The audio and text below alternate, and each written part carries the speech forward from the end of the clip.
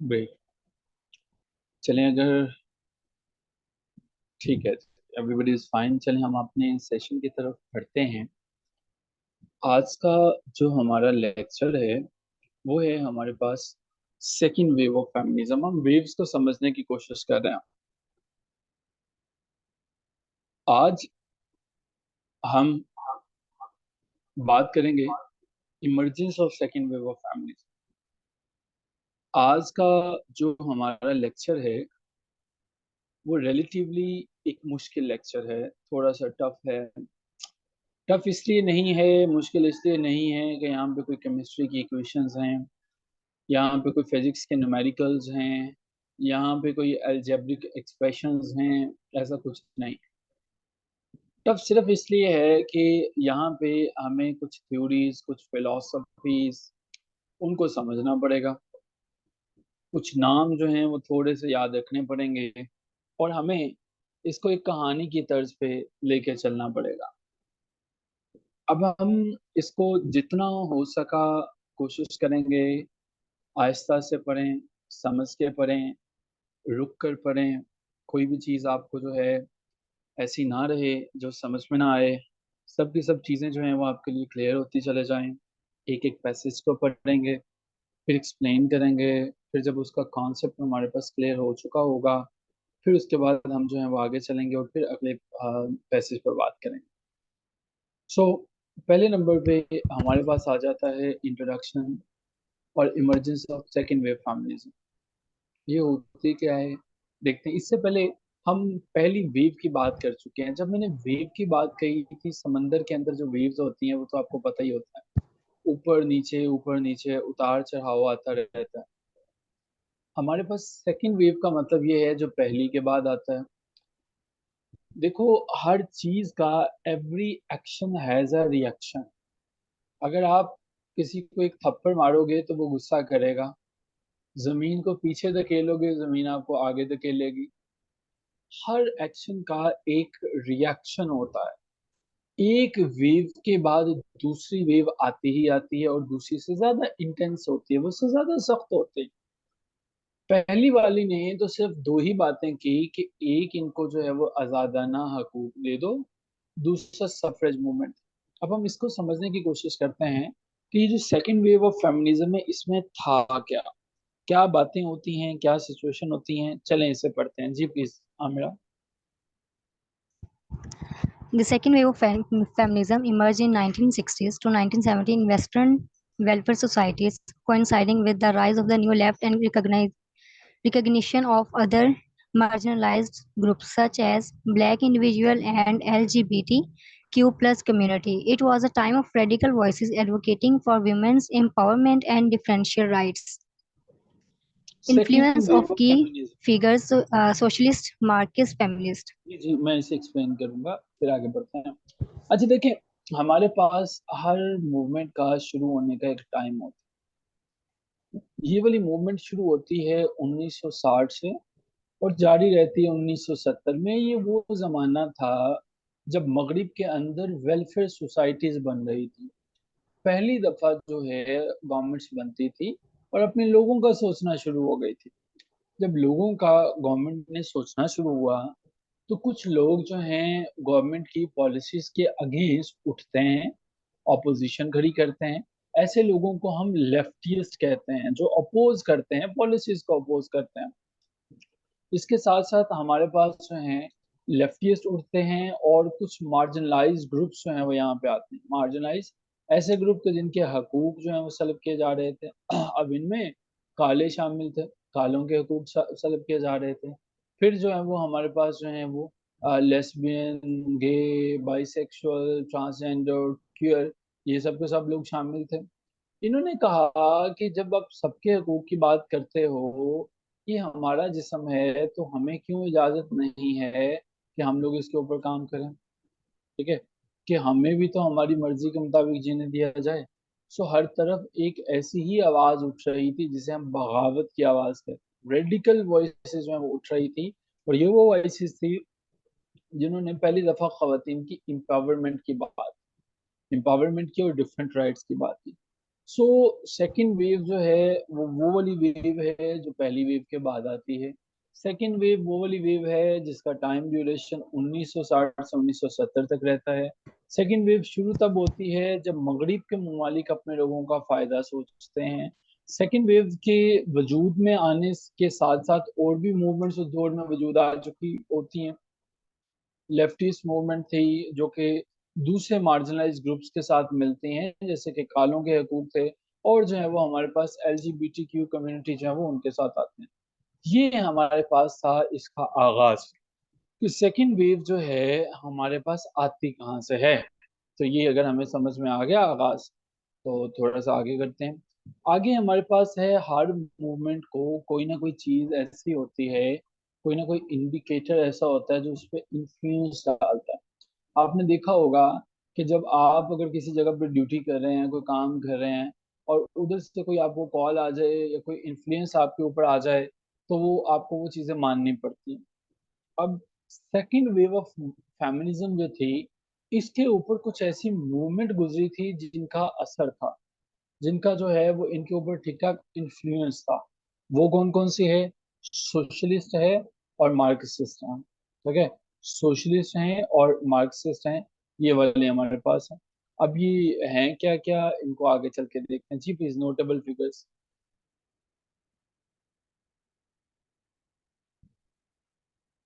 Mic आपका open कर देते हैं, प्लीज ओपन कर लीजिए अब इसे।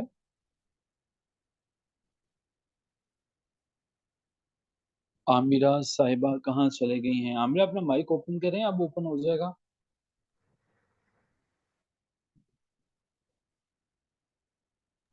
आप ओपन कर सकते हैं आई थिंक। नहीं हो रहा आपका माइक ओपन।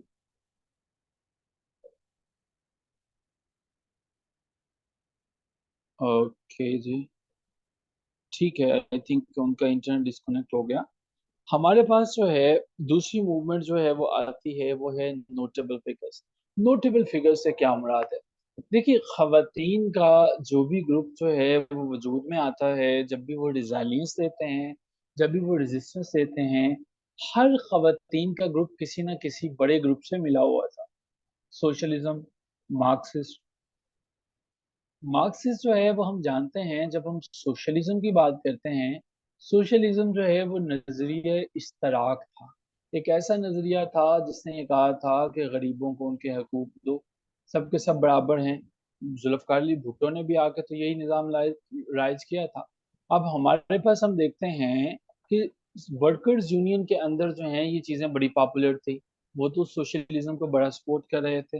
अब वहां पे हमारे पास एक चीज वजूद में आ जाती है, एंड दैट इज कि ये दो मूवमेंट सोशलिज्म और मार्क्सिज्म जो है, जो बेसिकली है तो एक का ही नाम, लेकिन ये मूवमेंट्स जो हैं वो इसके ऊपर ठीक ठाक असर डालती हैं। ठीक है, यानी कि हमारे पास उसी दौर में पैरेलल जो मूवमेंट्स चल रही होती हैं वो हमारे पास होती हैं सोशलिज्म या मार्क्सिस्ट जो है वो फेमिनिस्ट मूवमेंट्स होती हैं।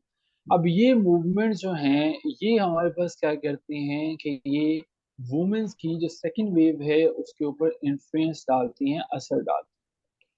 अब इसमें जब हम असर डालने की बात करते हैं, तो हाउ इट इज पॉसिबल कि हम भूल जाएं जनाब रोजा लग्जमबर्ग को। रोजा लग्जमबर्ग जर्मनी में थी। इन्होंने सोशलिस्ट या मार्क्सिस्ट फेमिनिज्म में अहम किरदार अदा किया। दूसरे नंबर पे अलेक्जेंड्रा थी। ठीक है, अलेक्जेंड्रा थी।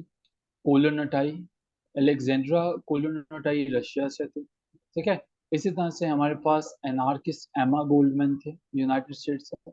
ये वो खवातीन थे जिन्होंने इस चीज पर बात की कि देखो, अगर हमारे पास एक निज़ाम ऐसा है जो ये कहता है कि सबके सब बराबर है, रोजा लग्जमबर्ग भी यही कहती हैं, अलेक्जेंड्रा कोलोनटाई भी यही कहती हैं, और एमा भी यही कहती है कि एक निज़ाम जब आ जो चुका है, और वो निज़ाम ये कहता है कि तमाम लोग जो हैं वो बराबर हैं, किसी को इख्तियार नहीं है कि वो अपनी हुकूमतें बनाता फिरे, अपनी फैक्ट्रियाँ लगाता फिरे।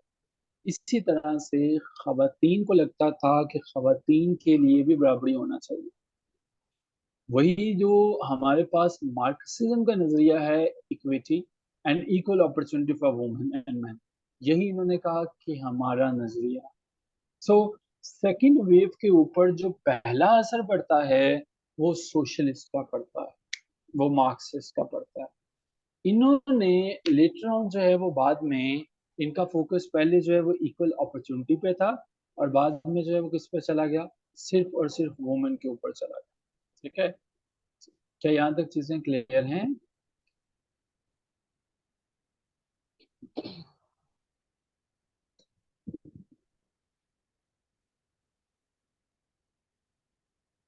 यहाँ तक आप सबको तमाम चीजें क्लियर हैं? ग्रेट। जी आमिर साहेब।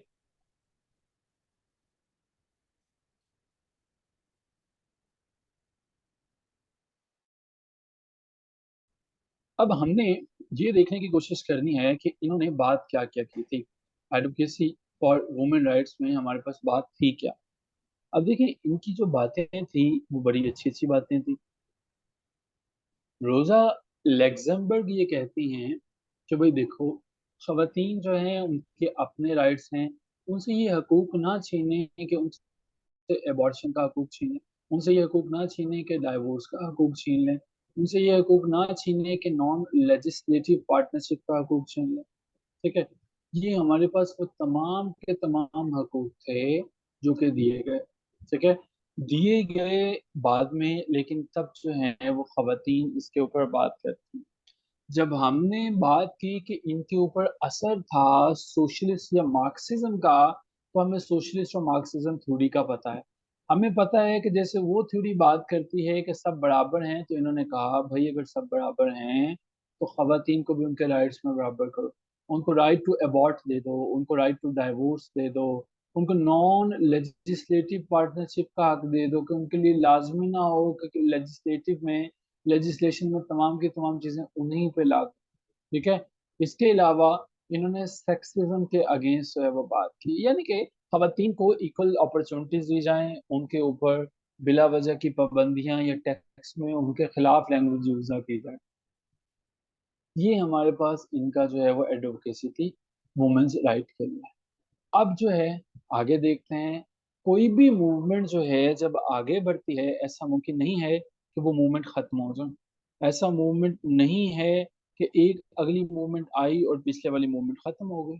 देखें ऐसा तो नहीं हो सकता ना कि हमारे पास जो है वो जब गाड़ियां वजूद में आ गई तो टोंगा जो है वो अचानक से खत्म हो गया हो।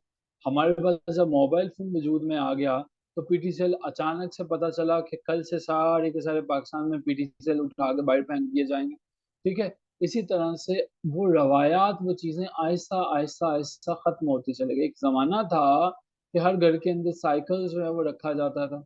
अब साइकिल लोग जो हैं वो बहुत से लोग ऐसे हैं जो चलाना भी समझते हैं कि मेरी इंसल्ट है, मैं नहीं चलाऊंगा।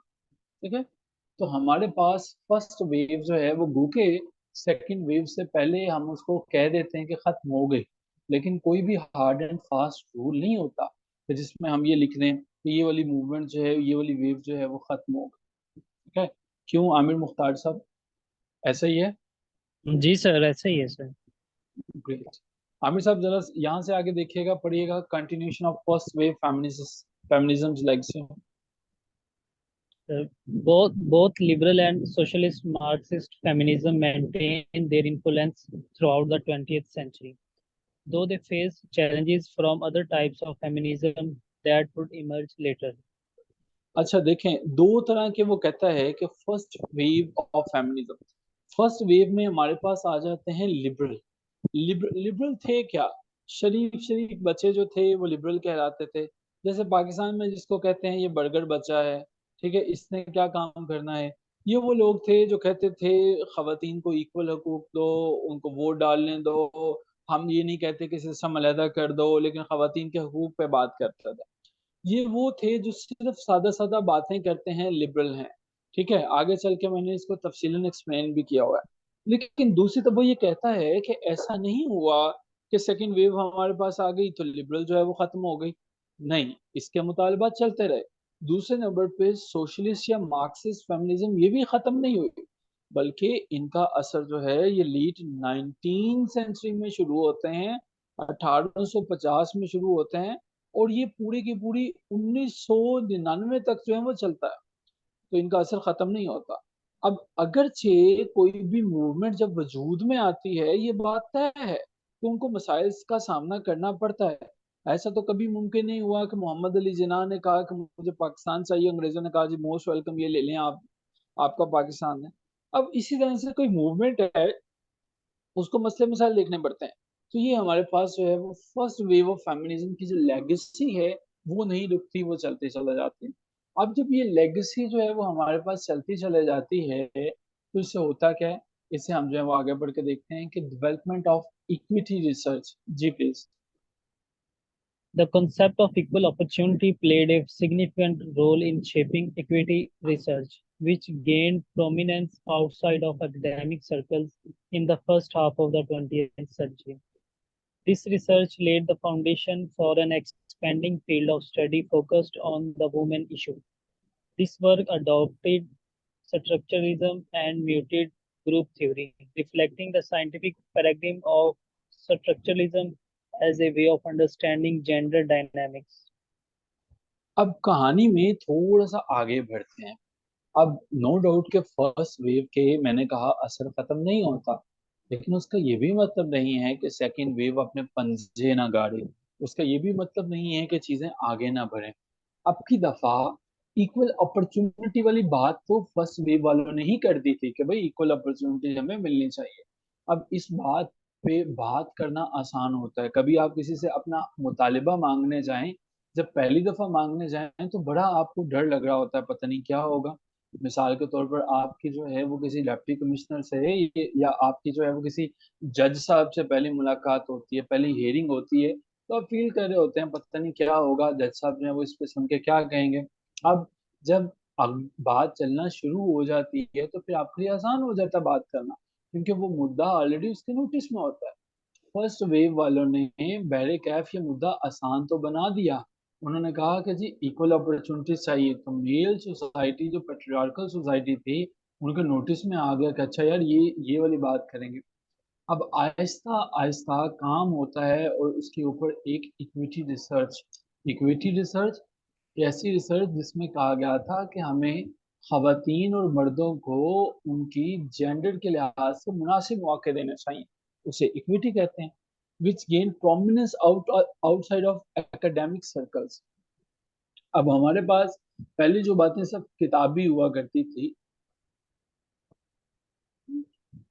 अब किताबों से बाहर निकल जाती हैं first half of 19 20th century. 1900 से लेके 1950 तक जो बातें थी, इक्वल अपॉर्चुनिटी और खवातीन को हकूक देना, खवातीन के साथ बराबरी करना, इनको ये वो देना, इनको वोट का हक देना, अब ये एकेडमिक सर्कल में फैलना शुरू हो गया। अब की दफा क्या हुआ कि हमारे पास रिसर्चेज होना शुरू हो गई। वो थी इक्विटी रिसर्च। बड़ी बड़ी यूनिवर्सिटियों से अगर अगर कोई लोग डिग्री करना चाहते थे तो उनको ये टारगेट होता था कि वो देखें कि इक्विटी हम वो कैसे ला सकते हैं। जब वो इक्विटी ला सकते हैं, इक्विटी के ऊपर बात करते हैं, तो फिर हमारे पास एक इशू को ज्यादा फोकियत मिलती है और वो होता है हमारे पास वुमेन इशू। वुमेन इशू पर ज्यादा बात करते हैं। सो हमारे पास इस काम ने, यानी कि जो खवातीन के ऊपर रिसर्च होना शुरू हुई, इसने एक काम किया और वो इसने अडॉप्ट किया स्ट्रक्चरलिज्म थ्योरी को। देखो आप लोग और मैं जिस कमरे में बैठे हुए हैं ना, इस कमरे का एक स्ट्रक्चर है। इसके अंदर छोटी छोटी ईंटें लगी हुई हैं, उन ईंटों से मिलके ये इसका सारे का सारा स्ट्रक्चर बना है। अगर ये ईंटें जो हैं वो यहाँ से निकाल दी जाएं तो कमरा नहीं रहेगा। इसका मतलब ये है कि हर बिल्डिंग, हर चीज का एक स्ट्रक्चर है, एक निज़ाम है। तो हमारे पास इन लोगों ने द वुमन इश्यू पर बात करना शुरू की और इससे जो है इन्होंने एक स्ट्रक्चर को अडॉप्ट कर लिया। ठीक है, ये जो वर्क था वुमन इशू पे, जो गुफ्तगू थी, पढ़े लिखे लोग करना शुरू हो गए थे, ये बुनियाद बन गई। जैसे किसी कमरे के अंदर ईंट जो है वो पूरे के पूरे कमरे की बुनियाद बन जाती है कि अगर ईंट निकाल दें तो वो कमरा गिर जाएगा, वैसे ये जो वर्क था द वुमन इशू जो है ये वाला, इसकी बुनियाद बन गया। वुमन इशू जो है ये वाला वर्क जो था, इसके ऊपर वो स्ट्रक्चरलिज्म यानी स्ट्रक्चर बन गया, एक बुनियाद बन गया। अब की दफा इसमें पहले लोग सादा सादा बातें किया करते थे खवातीन के इश्यूज पे, लेकिन अब साइंटिफिक पैराडाइम आना शुरू हो गया।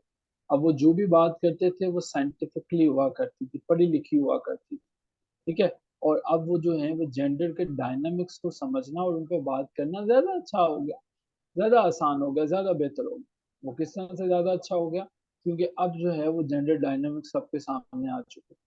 मैं आसान लफ्जों में कहूँ तो 20वीं सदी में खवातीन के मुतालबात जो हैं वो उनकी डोमेन जो कि पहले सिर्फ बातें हुआ करती थी वहां से निकल गए और ये चले गए एकेडमिक सर्कल से बाहर निकल गए।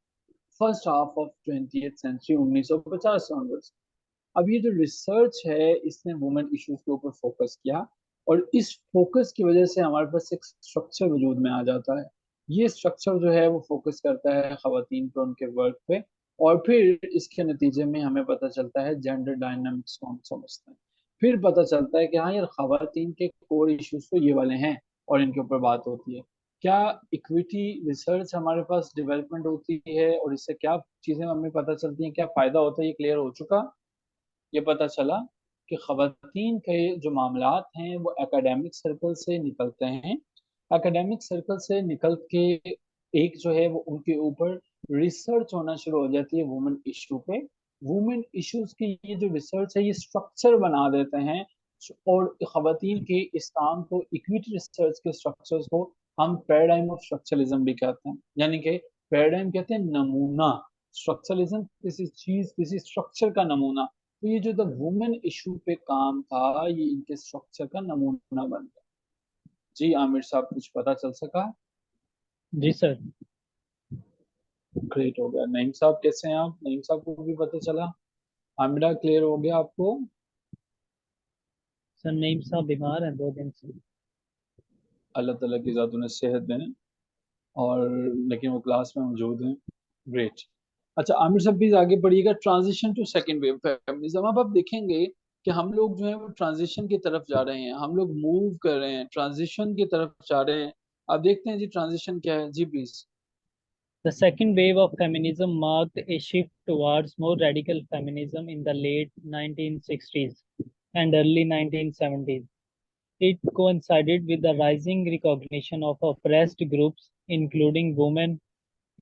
This wave was closely tied to the women's liberation movement, which adopted for women's empowerment and differential rights. अच्छा जी, अब हमारे पास सेकेंड वेव ऑफ फेमिनिज्म आ जाती है। सेकेंड वेव ऑफ फेमिनिज्म का काम क्या है? मैंने जैसा कि बताया, एक वेव चल रही है और ये ऐसा नहीं है कि ये कोई किनारा आ गया यहाँ पे कि ये वेव को कहा तुम इधर रुक जाओ, तुम इससे आगे नहीं जाओगे। ये वेव चलती रही लेकिन इससे अब डोमिनेट, इससे बड़ी वेव आ जाती है। और जब समंदर में बड़ी लहरें आ जाएं तो छोटी लहरें उसके अंदर जम हो जाती हैं, शामिल हो जाती हैं, मिल जाती हैं। अब सेकेंड वेव ऑफ जो फेमिनिज्म आती है, बड़ी लहर है। अब बड़ी लहर है तो अपने साथ कुछ ना कुछ तो लेके आएगी।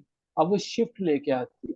पहले जमाने में कोई आपसे प्यार से कहता रहेगा ये कर दो, ये कर दो, ये कर दो, फिर एक वक्त आएगा उसकी टोन में, उसके अंदाज में गुस्सा आ जाएगा।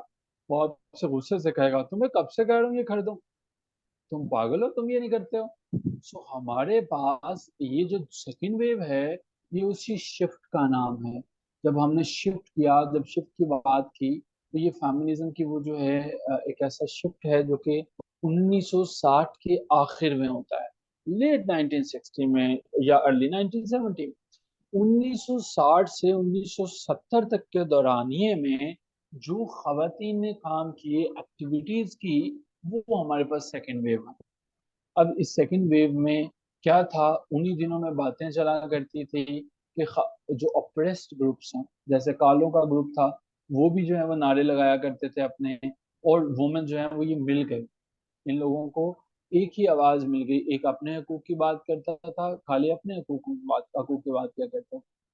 सो हमारे पास जो है वुमेन्स लिबरेशन मूवमेंट की ये वेव चलती है जो कि खवातीन की एम्पावरमेंट की बात करता है और डिफरेंट राइट्स की बात करता है।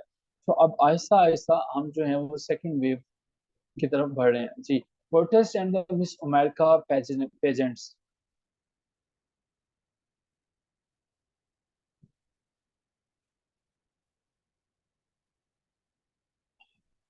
जी आमिर साहब कहीं चले गए हैं?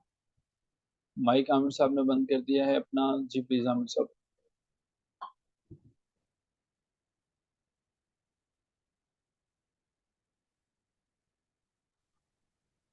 आमिना साहबा पढ़ें प्लीज। सर कहाँ से? On one of the One of the early catalysts for second wave feminism in the United States was a protest associated with the Miss America pageants in 1968 and 1969. Inspired by the activism of liberal feminism, radical second wave feminists employed tactics like underground of or guerrilla theater to shed light on what they termed women's oppression. खवातीन में एक programme हुआ करता था और उसका नाम होता था मिस अमेरिका।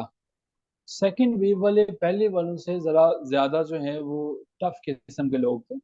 इन्होंने कहा बंद करो ये प्रोग्राम जो है वो जो तुम लोग करना। ये बातें हैं, मैंने जैसा कि अर्ज कर रहा था कि 1960 से 1970 तक का जो टेन्योर रहता है वो हमारे पास सेकंड वेव ऑफ फेमिनिज्म का है। इस सेकंड वेव ऑफ फेमिनिज्म में सबसे ज्यादा जो जोर पकड़ा था वो अमेरिका के अंदर था, यूनाइटेड स्टेट्स ऑफ अमेरिका। ठीक है। अब अमेरिका के अंदर ये जोर पकड़ती है, तहरीक पकड़ती है। अब होता ये है कि कुछ लोग जो हैं वो कहते हैं कि हमें मिस अमेरिका से एतराज है। ये जो शो 1968 1969 में होता है, मुझे इससे एतराज है, मुझे इससे ऑब्जेक्शन है। आमिर साहब वेलकम बैक, कोई बात नहीं। अब हमारे पास जो है ये लोग क्या कहते हैं, अब ये जनाब ये बताते हैं कि ये क्या तुम लोगों ने ड्रामा लगाया हुआ है मिस अमेरिका वाला। पहले तो लिबरल हुआ करते थे जो कहते थे इक्वल हकूक हैं, फिर हमारे पास लिबरल फेमिनिज्म थे, फिर रेडिकल्स जो हैं, रेडिकल्स आके कहते हैं ये क्या ड्रामा हुआ, तुम लोग जो है वो खवातीन जो हैं उनको दिखाते हो और कहते हो कि ये वाली खातून जो है वो सबसे खूबसूरत है, ये मिस अमेरिका है, तो बाकी सब के सब जो हैं वो उनके साथ कैसे में बाकी खूबसूरत नहीं है। एक को खूबसूरत करार दे के बाकियों को कहते हो कि वो खूबसूरत नहीं है। तो अब हमारे पास जो है वो इसके खिलाफ प्रोटेस्ट होना शुरू कर देते हैं कि ये क्या ड्रामेबाजी लगाई हुई है तुम लोगों ने, ऐसा नहीं होगा। आप पढ़ते हैं कि क्या हुआ प्रोटेस्ट में जी, the term second wave feminism. The term second wave feminism and Miss America protest. The term second wave feminism largely refers to the radical feminism of the women's liberation movement in the late 1960s and early 1970s. These activists used protests like the Miss America pageant demonstration to draw attention to women issues and challenge societal norms. वो कहते थे कि ये तुम लोगों ने क्या normal बनाया हुआ है कि एक मिस अमेरिका लड़कियों को जो है वो आप लोग वहां पे उनसे कैट वॉक करवाते हैं और उसके बाद बताते हैं कि ये मिस अमेरिका है। हम इसको नहीं मानते हैं। तो सेकंड वेव वालों ने आके इसको चैलेंज कर दिया। जी प्लीज आगे, paving the way. Paving the way for feminist progress. Second wave feminism emerged as a radical response to the societal norms and expectations placed on women during the 1960s and 1970s. It laid the groundwork for critical changes in gender dynamics, challenging oppressive structure and advocating for women's empowerment and rights. The movement impact continued to evolve as feminism entered its third wave in the mid 1990s. These new perspectives and voices shaping the ongoing fight for gender equality. Second wave वाले जो feminism है वो हमारे पास जो है अब आता है रेडिकल रिस्पांस के तौर। मैंने बताया था कि पहले तो बड़े शरीफ शरीफ से नन्हे मुन्ने से बर्गर बेबी हुआ करते थे। वो तो कहते थे हकूक दे दो हकूक दे दो हकूक दे दो। अब उसके बाद जो सेकंड वेव वाली खवातीन आती हैं वो उस दौर की फरदोस आशिक अवान बन के आती हैं। ठीक है। मतलब वो सही फरदोस आशिक अवान की अगर आप ट्विटर टाइमलाइन देखें ना तो आपको पता चलेगा कि खवातीन के रूप में वो हम लोगों के एक भाई ही हैं। वो एक मर्द मुजाहिद मौजूद हैं जो जिनकी गुफ्तार पे अंदाज से आपको कहीं भी खवातीन वाली शाइस्तगी नजर नहीं आएगी, बल्कि आप उनकी गुफ्तगू सुनेंगे तो आप हैरान परेशान रह जाएंगे कि वाकईतन जो है सेकंड वेव वाली फेमिनिज्म जो है वो हमारे पास फेमिनिस्ट जिंदा है। अच्छा, उन्होंने क्या किया, उन्होंने सोशल नॉर्म्स को, उन्होंने सोसाइटी को ठीक ठाक चैलेंज करना शुरू कर दिया। अब उन्होंने ये कहा कि जेंडर की डायनामिक्स को चैलेंज किया और उन्होंने बताया खवातीन को एम्पावरमेंट दें। ठीक है। अब हमारे पास, अच्छा ये मैं सिर्फ कह ही नहीं रहा, ये देखें इनकी जो है वो इस तरह की हरकत की एक तस्वीर भी ये सामने है। ये देखें, ये देखें, ये आग लगा रहे हैं चीजों को और ये सब कुछ ना जलाओ घिराओ हो रहा है। तो ये सारे के सारे जो हैं वो हमारे पास सब आते हैं अब इन्होंने ये कहा, ये रेडिकल लोग जो इकट्ठे हो गए, जो कि हमारे पास लिबरल के बाद आए थे, इन्होंने जनाब वर्क ग्राउंड वर्क जो है वो तैयार करना शुरू कर दिया। इन्होंने कहा कि जेंडर डायनामिक्स के अंदर तब्दीलियां आनी चाहिए। इन्होंने जितने ऑप्रेसिव स्ट्रक्चर्स है उनको तब्दील करना शुरू कर दिया। ये यही वजह है कि 1960 से 1970 तक जो है वो आपके पास सेकेंड वेव होती है, और फिर जो है 1990 के मिड में जाके थर्ड वेव शुरू हो जाती है, जो कि इन सब से मुख्तलिफ होती है। लेकिन सेकेंड वेव वाले बड़े रेडिकल लोग थे। इन्होंने जनाब प्रोटेस्ट करना शुरू कर दिए, डिमॉन्स्ट्रेशन करना शुरू कर दिया। इन्होंने कहा कि जनाब ये तुम लोगों ने क्या काम शुरू किया हुआ है। अब इनके प्रोटेस्ट और डिमॉन्स्ट्रेशन देखते हैं जी। The radical sound, the radical Protest second. Yes, sir. Protest and demonstration. The radical second wave feminists, including groups like Red Stockings and New York Radical Feminists, participated in 1969 protest against the Miss America pageant to highlight how these events objectified and demeaned women. They drew attention to the societal perception that a woman's appearance mattered more than her thoughts and actions. हाँ जी, उन्होंने कहना शुरू कर दिया है कि ये जो मिस अमेरिका वाला शो है कि एक खातून आएगी, सब ने उन्हें देखा और देखने के बाद तालियां बजाना शुरू कर दी कि ये कितनी प्यारी है। तो भाई तुम लोगों ने उसके थॉट्स देखे हैं, तुम लोगों ने उसके एक्शंस देखे हैं। तो ये तुम लोगों ने जो परसेप्शंस बनाया हुआ है ना कि खवातीन की अपीयरेंस मैटर करती है, ये गलत है। अब खवातीन तो ब्लैक वुमेन भी उधर ही हैं। मिस मिस अमेरिका को तुमने बड़ा प्रोटोकॉल दे दिया, तो वो जो ब्लैक वुमेन है वो किधर जाएंगे। ठीक है। अब थिएट्रिकल एक्टिविज्म जो है वो इस पर बात करते हैं जी। During the protest, feminists engaged in various forms of theoretical activism. They crowned a sheep, Miss America, and symbolically discarded what they saw as oppressive gender artifacts like bras, girdles, falls, and eyelashes, high heels, and makeup into a trash can. This symbolic gesture was performed in front of reporters, effectively conveying their message. इन्होंने जी इस चीज पर बात करना शुरू कर दी कि खवातीन को जितनी भी आर्टिफिशियल चीजें हैं ये भी ओप्रेसिव हैं।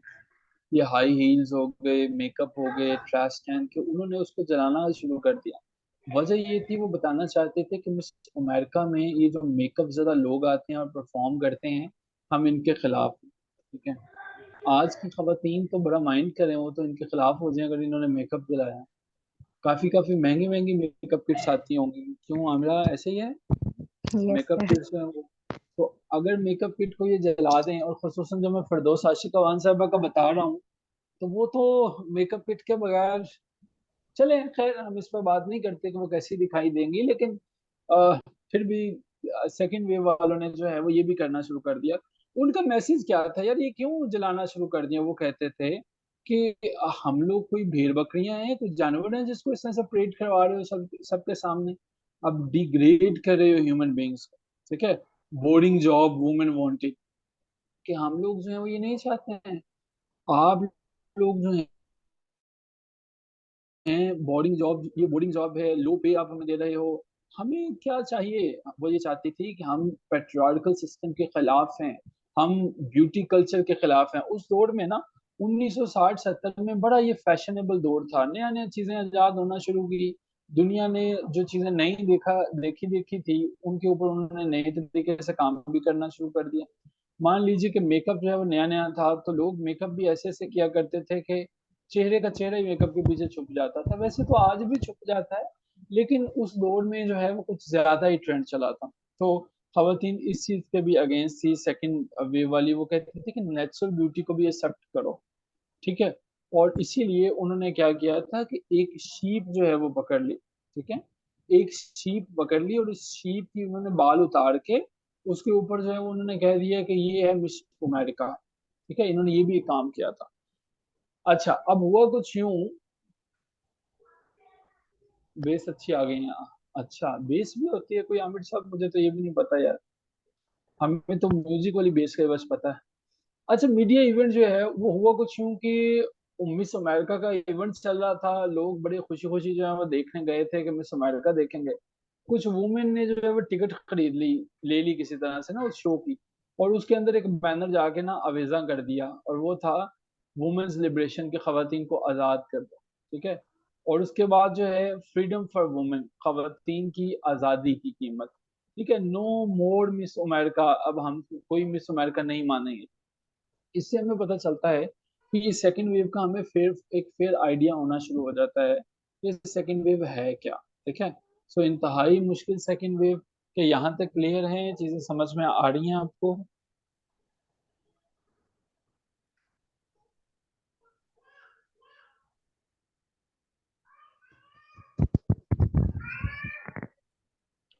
अच्छा जी, अब देखते हैं, हर चीज का एक आगाज होता है, एक नुक्ता होता है, जिससे हमें, ये बच्चा आपके पीछे क्या मांग रहा है, ये वैसे ही शोर किया जा रहा है। Emerging from the leftist movement, ये इनका वजूद कहाँ से होता है? देखें, हमारे पास जो रेडिकल सेकंड वेव फेमिनिज्म है ना, ऐसा नहीं है कि वो कहीं आइसोलेशन से निकल आए। देखो, ऐसा नहीं है। देखो, मैं अगर आपसे कहूँ ना कि ये फेमिनिस्ट मूवमेंट वजूद में आ गई, वो कोई मेंढक थोड़ी है कि जो अचानक से तालाब से निकल आया कि ये रेडिकल सेकंड वेव फेमिनिस्ट जो है वो, ये खवातीन आ कहाँ से गई, ये किसी मेंढक की तरह कुएं से निकली और छलांग लगा के आ गई? नहीं, वो आपकी सोसाइटी में से आई हैं। वो ऐसी, हाँ, आपकी खवातीन जो हैं, they are not living in vacuum. 2021 में तालिबान भाईजान आ गए थे, तालिबान ने आके खवातीन के ब्यूटी पार्लर्स को बंद करना शुरू कर दिया, खत्म करना शुरू कर दिया, तस्वीरों को, ग्राफिटीज को, सबको खत्म करना शुरू कर दिया। तो अब हमारे पास जो है, ऐसी मूवमेंट वजूद में आती है जो कहती है कि यार बाज आओ, ये क्या काम कर रहे हो। दायां हाथ वाले वो लोग होते हैं जो सही वाले काम करते हैं, और बाएं हाथ वाले वो लोग होते हैं जो किसी की नहीं मानते हैं। अब जी, खवातीन जो हैं, ये लेफ्टिस्ट मूवमेंट थी। इन्होंने क्या कहा, इन्होंने जनाब वेस्टर्न सोसाइटीज को सबक सिखाने की कोशिश की। उन दिनों में आप जानते हैं कि 1955 यानी 1955 से 1975 में अमेरिका जो है वो वियतनाम के अंदर भी बिजी था। तो अपने लोग ही उन दिनों ये भी एहतजाज करना शुरू हो गए कि भाई वियतनाम से वापस आओ, तुम हमारा पैसा उधर जाया किए जा रहे हो भाई। ठीक है, दूसरी तरफ अमेरिका के अंदर लेस्बियन और गे मूवमेंट्स भी वजूद में आ गई। तीसरी तरफ जो है वो काला भाई साहब भी निकल आए, काला भाई ने भी कहा कि यार मेरा भी हक दे दो, मुझे सभी मांग रहे हैं। इन मूवमेंट्स के नतीजे में खवातीन ने सोचा कि हम भी घर में बैठी हैं, तो क्यों ना हम भी कुछ मूवमेंट लॉन्च करते हैं। तो एक मूवमेंट लॉन्च हो जाती है जो हमारे पास रेडिकल सेकेंड वेव मूवमेंट कहलाती है। अब जब ये मूवमेंट वजूद में आती है तो इस पर क्रिटिसिज्म भी होती है। अब वो क्रिटिसिज्म क्या होती है, आइए एक दफे से पढ़ते हैं जी हमरा। These movements criticize capitalism and imperialism and emphasize the struggles of oppressed groups, including women. Women within the new left felt sidelined, reduced, supporting the revolution without real influence, and exposed to sexism. अब जी, Formation. कोई movement जब वजूद में आती है उस पर तनकीद तो लाजमी होती है। आप अभी बता दें किसी को कि मैं सीएसएस करने जा रहा हूँ, कई लोग मुंह में पान और आंखें बंद, सिगरेट हाथ में पकड़ा होगा, वो कहेंगे बेटा तेरे को नहीं हो सकता। ठीक है, आप रिश्तेदारों में किसी को बता दो कि मैंने इंशाल्लाह सीएसएस करना है, उन्होंने कहना ना ना, तुमसे हो ही नहीं सकता, अब सवाल ही नहीं पैदा होता। अगर कोई लड़की है तो उससे कहेंगे जाओ मेरे लिए चाय का कप लेके आओ, कोई लड़का है तो उससे कहेंगे जाओ बेटा ये सिगरेट की एक डब्बी लेके आओ, तुमसे नहीं होना, ये छोड़ दो, ये पागलों वाली बातें ना किया करो। ऐसे ही ये मूवमेंट वजूद में आई तो इस मूवमेंट ने सबसे पहले कैपिटलिज्म पे तनकीद की। कैपिटलिज्म, इन्होंने कहा ये सरमाया दराना निजाम ही जो है वो सारे के सारे मसाइल की जड़ है। कैपिटलिज्म, और दूसरे मसलों की जड़ है इंपीरियलिज्म। अब ये है क्या, ये क्या बात है? इन्होंने कहा जी, खवातीन जो हैं उनके पास उनकी तनख्वाहें कम है। कैपिटलिज्म होता कि एक ऐसा मुआशरा, जैसे नईम साहब हैं हमारे, नईम साहब की एक फैक्ट्री है जहाँ पे हम सब लोग जो है वो जॉब करते हैं। अगर मुझे ये बताएं कि हम सब ने जो है वो 10 साल तक बड़ी मेहनत से काम किया और नईम साहब जो है वो हमें सैलरी देते रहे, क्या हम लोग इस काबिल हो सकेंगे कि हम 10 साल बाद अपनी एक फैक्ट्री लगा लें? Yes sir, no? हम लोग इस काबिल हो सकेंगे कि 10 साल बाद अपनी फैक्ट्री लगा लें? लेकिन क्या नईम साहब इस काबिल हो सकेंगे कि वो 10 साल के बाद जो है वो 2 फैक्ट्रियां मजीद लगा लें? वो इस काबिल होंगे कि वो 10 साल के बाद उसकी वजह ये है कि ये कैपिटलिज्म है। कैपिटलिज्म का मतलब ये है कि भाई जिसके पास सरमाया है जिसके पास एक दफा पैसा आ गया, वो पैसा पैसा उसका रहेगा। अच्छा, अमूमन ना कैपिटलिज्म तो इतना ज्यादा जो है वो हमारे पास ये एक कैपिटलिज्म में सरमाया दराना निजाम वाले को सपोर्ट किया जाता है, पैसे वाले बंदे को सपोर्ट किया जाता है कि अगर किसी बंदे के पास जो है ना, फॉर एग्जाम्पल कि उसके पास 10 मिलियन पड़ा हुआ है, 10 मिलियन जो है वो उसके पास पड़ा हुआ है, 1 करोड़ रुपया उसके पास, चलो छोटी मिसाल लेते हैं, 1 लाख रुपया किसी के पास पड़ा हुआ है।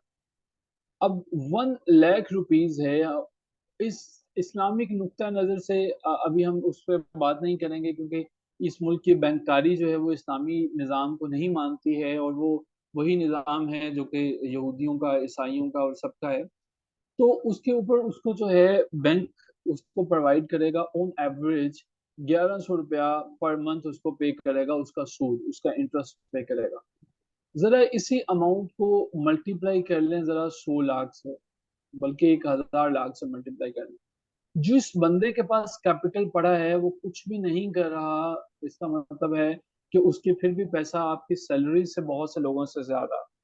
ये कैपिटलिज्म, ये जो मुआशरा है, ये इस मुआशरे के अंदर ये एक सबसे बड़ी प्रॉब्लम है कि जिसके पास पैसा है उसी के पास पैसा है, उसके पास पैसा और बढ़ेगा, वो कम नहीं हो सकता, वो नीचे नहीं जा सकता।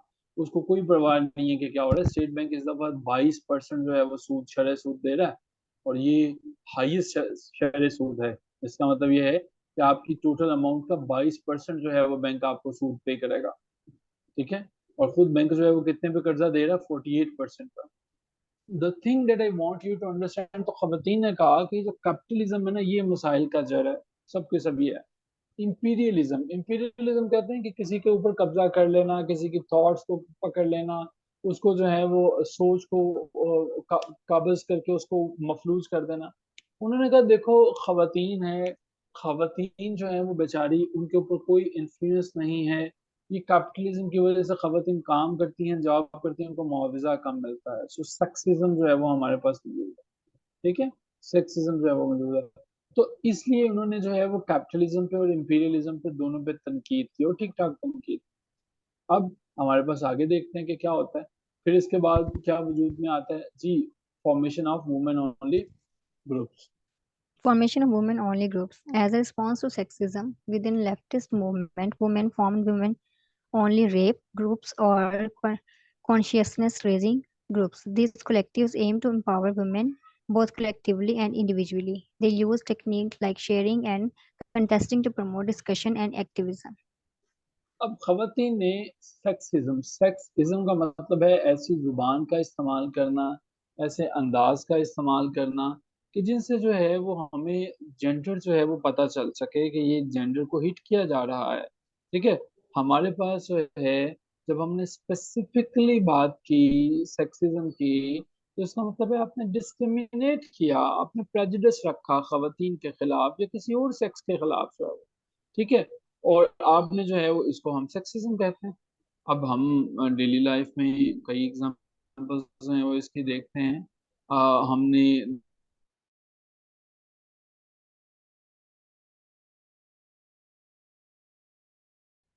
जिसमें मैन के ऊपर ज्यादा फोकस किया जाता है, तो वो हमारे पास सेक्सिस्ट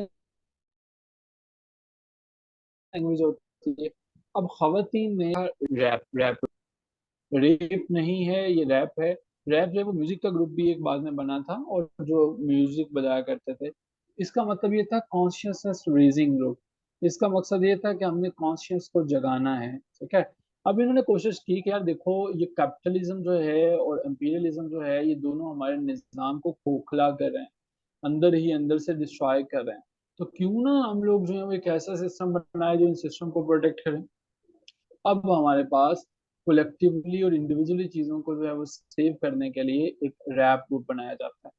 रैप वो होता है ना म्यूजिक वाला, वो म्यूजिक बजा रहे होते हैं, और जिस तरह से हम सब के दिलों की धड़कन उस्ताद चाहत फतेह अली खान का रैप जो है वो सुनने वाला होता है। हाँ, जब उस्ताद ने एक नया तराना इंट्रोड्यूस करवाया, नईम साहब आपने सुना होगा, उन्होंने एक नया अंतरा पेश किया। अलिफ बे पे ते से का इस्तेमाल इतना इफेक्टिवली शायद किसी ने नहीं किया होगा जितना उन्होंने किया। ठीक है, सो हमारे पास एक रैप ग्रुप कॉन्शियसनेस को जगाना। तो अगर आप भी कभी जिंदगी में अफसरदा हैं तो यूट्यूब पे जाकर चाहत फतेह अली खान लिखे, आपके हंस हंस के जबड़े दर्द करना शुरू हो जाएंगे। तो कॉन्शियस को रेज करने के लिए इन्होंने भी समझ लिया कि एक छोटा सा चाहत फतेह अली खान जैसा ग्रुप बना लिया, ठीक है। और ये जो है वो ये लोग क्या करते थे, डिस्कशन किया करते थे, एक्टिविज्म, ये लोग काफी एक्टिव थे कि हमें जो है वो अब निज़ाम को तब्दील करना, और निज़ाम इन्होंने बदला। अब जाहिर सी बात है जब कुछ लोग जमा होंगे, इकट्ठे होंगे, और अगर वो पढ़े लिखे हैं तो वो कोई ना कोई किताबें, कोई ना कोई पब्लिकेशंस भी तो करेंगे। जिस तरह से हमारे पास जो है वो द बिच मैनिफेस्टो, देखो ये रेडिकल वाले थे, ठीक है। रेडिकल वालों का अल्फाज भी बड़े रेडिकलिज्म है। उन्होंने कहा कि हम लोगों की रिस्पेक्ट इतनी है, उन्होंने लिखा the bitch manifesto. Just imagine कि हमारे पास जो है ये द बिच मैनिफेस्टो जो है वो क्या बता रहा है, टाइटल जो है वो हमारे पास क्या हमें समझाने की कोशिश कर रहा है, ठीक है। तो हमारे पास जब इस तरह के टाइटल इस्तेमाल होते हैं तो फिर हमें समझ में आता है कि कुछ मुख्तलिफ होने जा रहा है। फिर हमें पता चलता है कि अब की दफा बातें उतनी सादा नहीं हैं जितनी इनसे पहले लिबरलिज्म वाले किया करते थे, ठीक है। अब की दफा जो चीजें हैं वो थोड़ी सी कॉम्प्लिकेटेड हैं। आगे देखो, इन्होंने रेडिकल वालों ने कोट चीज लिखी, सिस्टरहुड इज पावरफुल। यानी कि पहले तो कभी आंखें डाल के बता रहे हैं कि जनाब अब हम पावरफुल हैं। फिर उसके बाद जो है ये राइटिंग जब वजूद में आती हैं लोग हिल जाते हैं। अब जिसने जो है वो, आपका भी दिल कर रहा होगा यार ये किताब में देखो ये है क्या, the bitch manifesto, sisterhood is powerful. ये टॉपिक लोगों के लिए नए थे, ये लोगों के लिए खवातीन के बारे में कोई बात तब नहीं किया करता था। उन्होंने कहा यार ये क्या आना शुरू हो गया। फिर उसके बाद द पर्सनल इज पोलिटिकल, ठीक है, the politics of house work, तो ऐसी ऐसी चीजें जो है वो द प्रो वुमन लाइन आना शुरू हो गई। कलेक्टिवली इन लोगों ने काम करना शुरू कर दिया, कलेक्टिवली मिलजुल के इन्होंने काम किया, और फिर जो है वो इनके रिजल्ट्स भी इन्हें नजर आते हैं। इन्होंने ये बताया कि जनाब खवातीन की जो मूवमेंट है उसकी इम्पोर्टेंस ये है कि हमें उनको अपलिफ्ट करना है, उनको लेके चलना है, उन्हें आगे लेके चलना है, ठीक है। क्या यहाँ तक चीजें क्लियर हैं?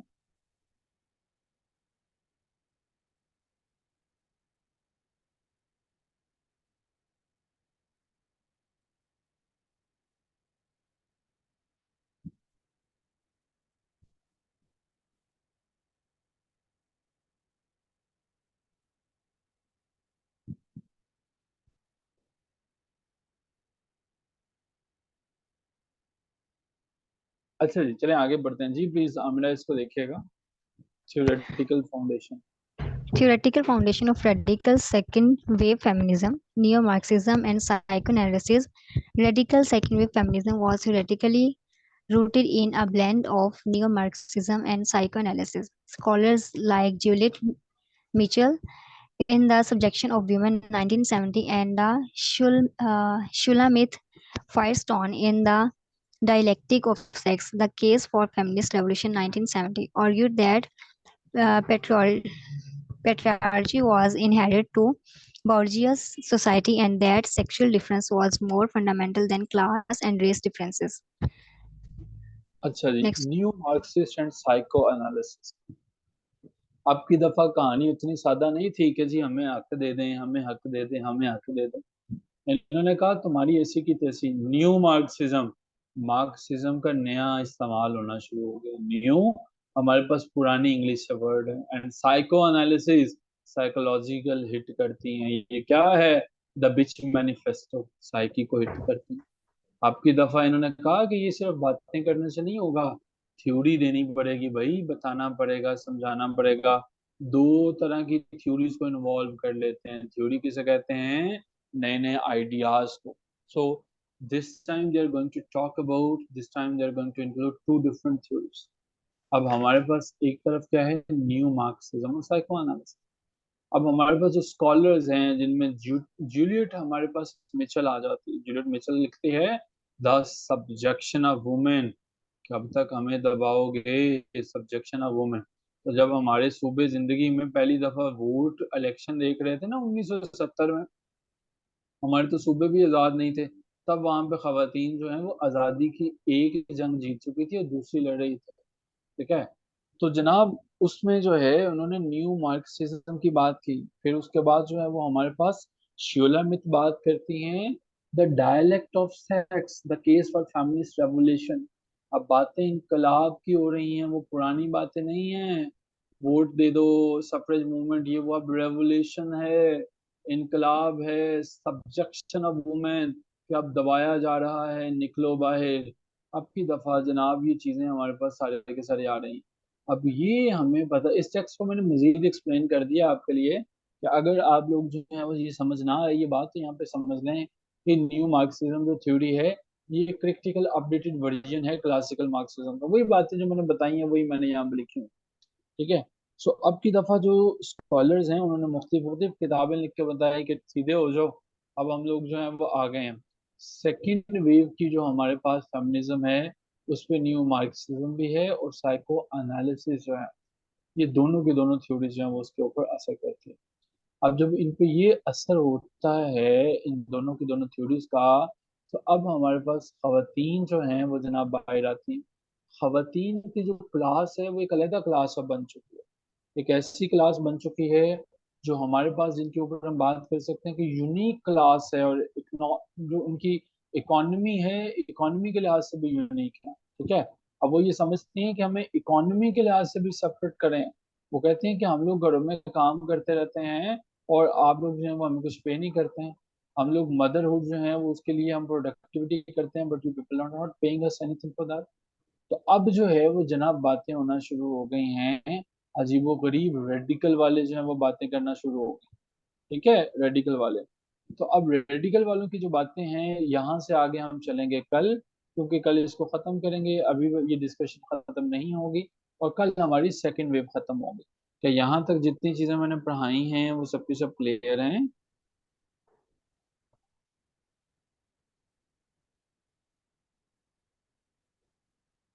ये अपने बस नोट्स बनाएं, ये बड़ी इंपॉर्टेंट हैं वेव्स जो हैं, इनको देखें और जब मैं समझाता हूँ समझ लिया करें। ठीक है।